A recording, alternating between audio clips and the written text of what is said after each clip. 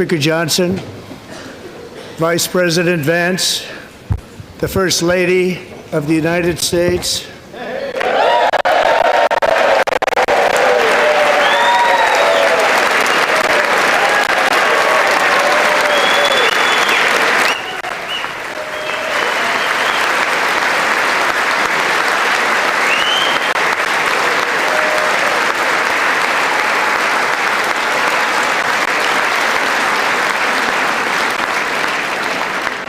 members of the United States Congress, thank you very much. And to my fellow citizens, America is back.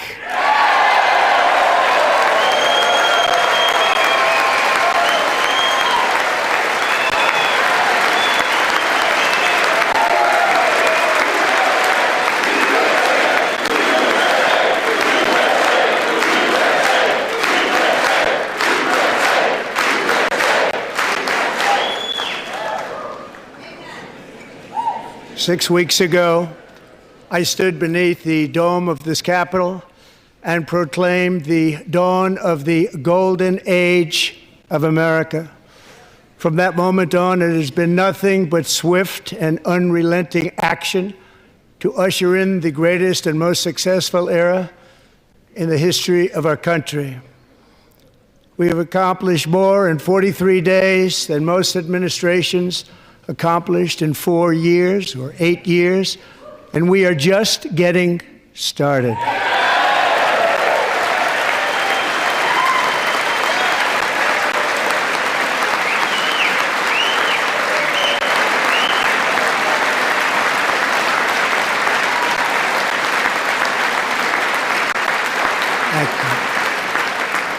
I return to this chamber tonight to report that America's momentum is back, our spirit is back, our pride is back, our confidence is back, and the American dream is surging bigger and better than ever before.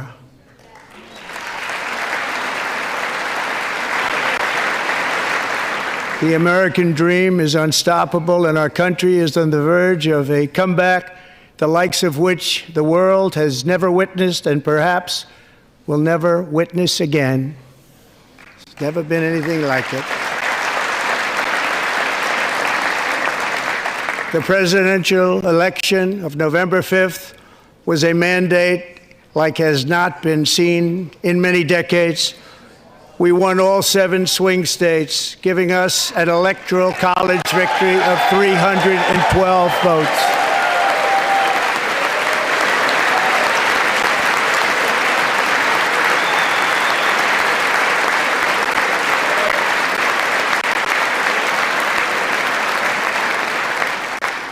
We won the popular vote by big numbers and won counties in our country.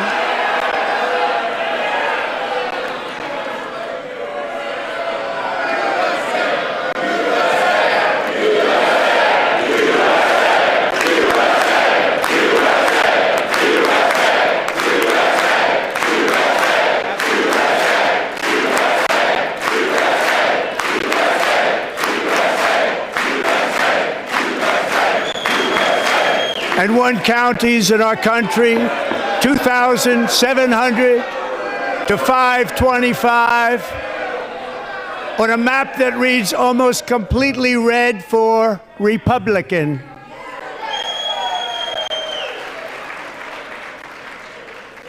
Now, for the first time in modern history, more Americans believe that our country is headed in the right direction than the wrong direction. In fact, it's an astonishing record, 27-point swing, the most ever.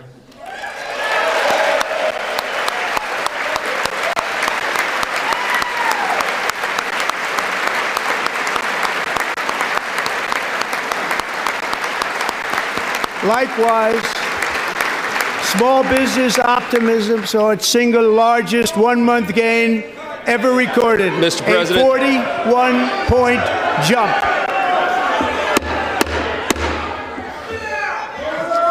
Members are directed to uphold and maintain decorum in the House and to cease any further disruptions. That's your warning.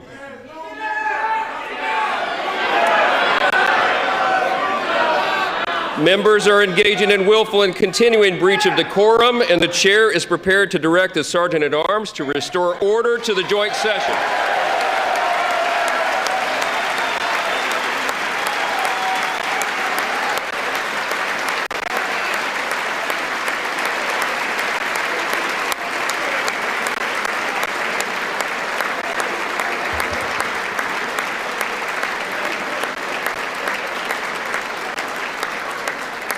Mr. Green, take your seat. Take your seat, sir. Take your seat.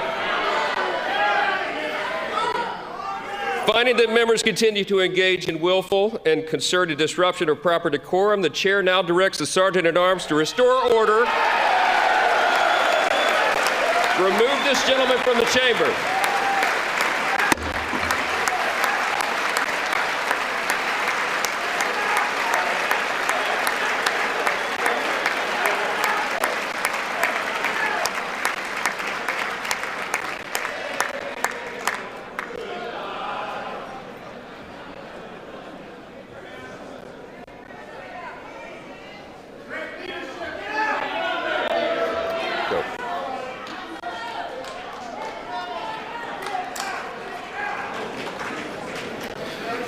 Members are directed to uphold and maintain decorum in the House. Mr. President, you continue. Thank you.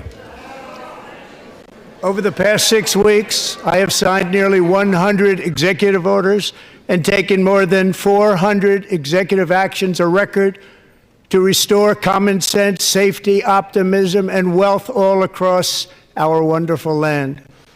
The people elected me to do the job, and I'm doing it.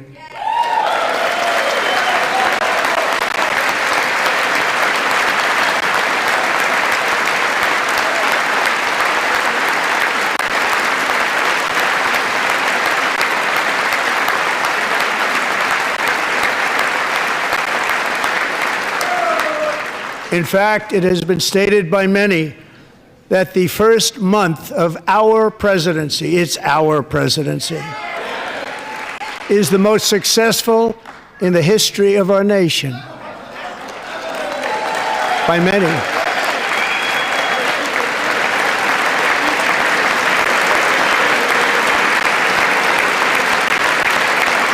And what makes it even more impressive is that, do you know who number 2 is? George Washington. How about that? How about that? I don't know about that list, but we'll take it. Within hours of taking the oath of office, I declared a national emergency on our southern border, and I deployed the U.S. military and Border Patrol to repel the invasion of our country. And what a job they've done. As a result, illegal border crossings last month were by far the lowest ever recorded, ever.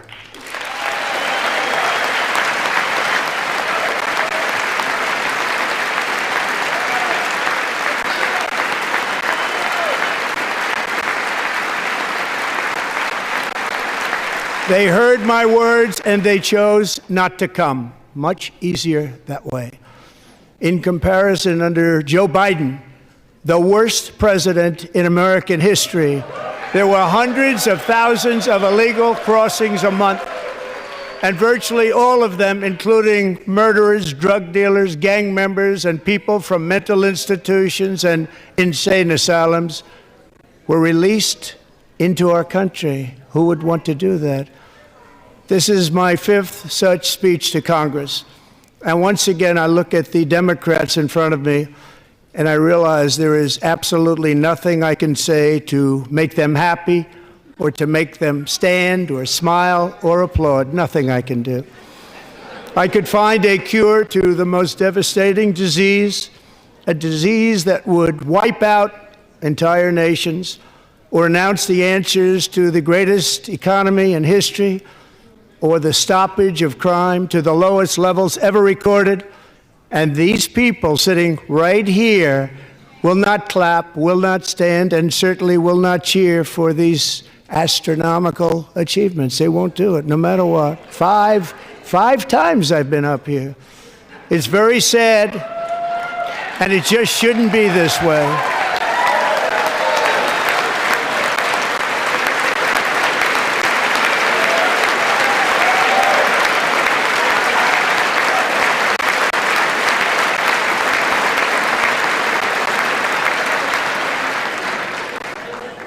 So Democrats sitting before me, for just this one night, why not join us in celebrating so many incredible wins for America?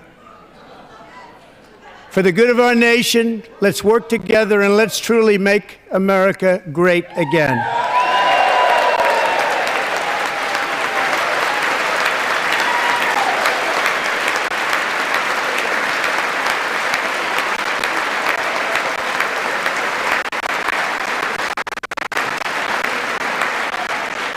Every day, my administration is fighting to deliver the change America needs to bring a future that America deserves, and we're doing it. This is a time for big dreams and bold action. Upon taking office, I imposed an immediate freeze on all federal hiring, a freeze on all new federal regulations, and a freeze on all foreign aid.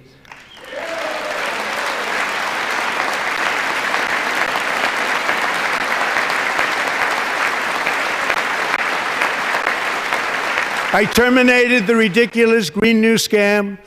I withdrew from the unfair Paris Climate Accord, which was costing us trillions of dollars that other countries were not paying. I withdrew from the corrupt World Health Organization.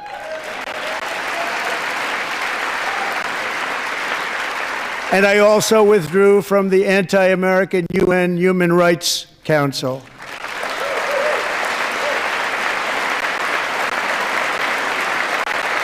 We ended all of Biden's environmental restrictions that were making our country far less safe and totally unaffordable.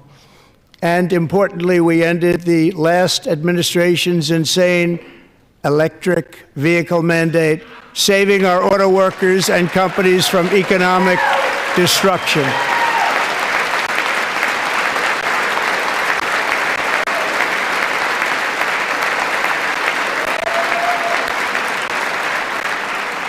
To unshackle our economy, I have directed that for every one new regulation, 10 old regulations must be eliminated, just like I did in my very successful first term.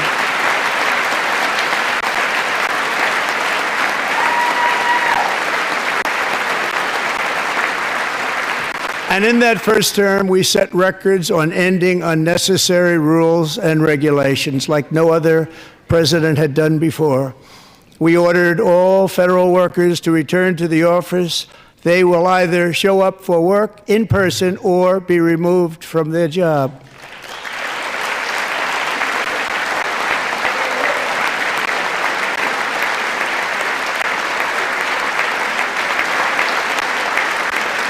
And we have ended weaponized government where, as an example, a sitting president is allowed to viciously prosecute his political opponent, like me.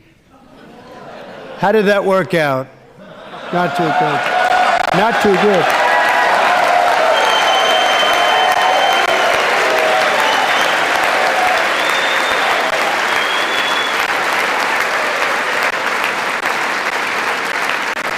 And I have stopped all government censorship and brought back free speech in America. It's back.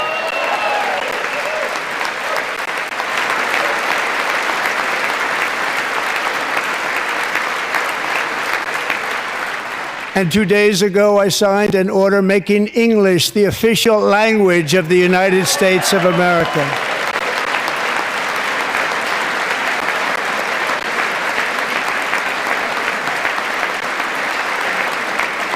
I renamed the Gulf of Mexico the Gulf of America.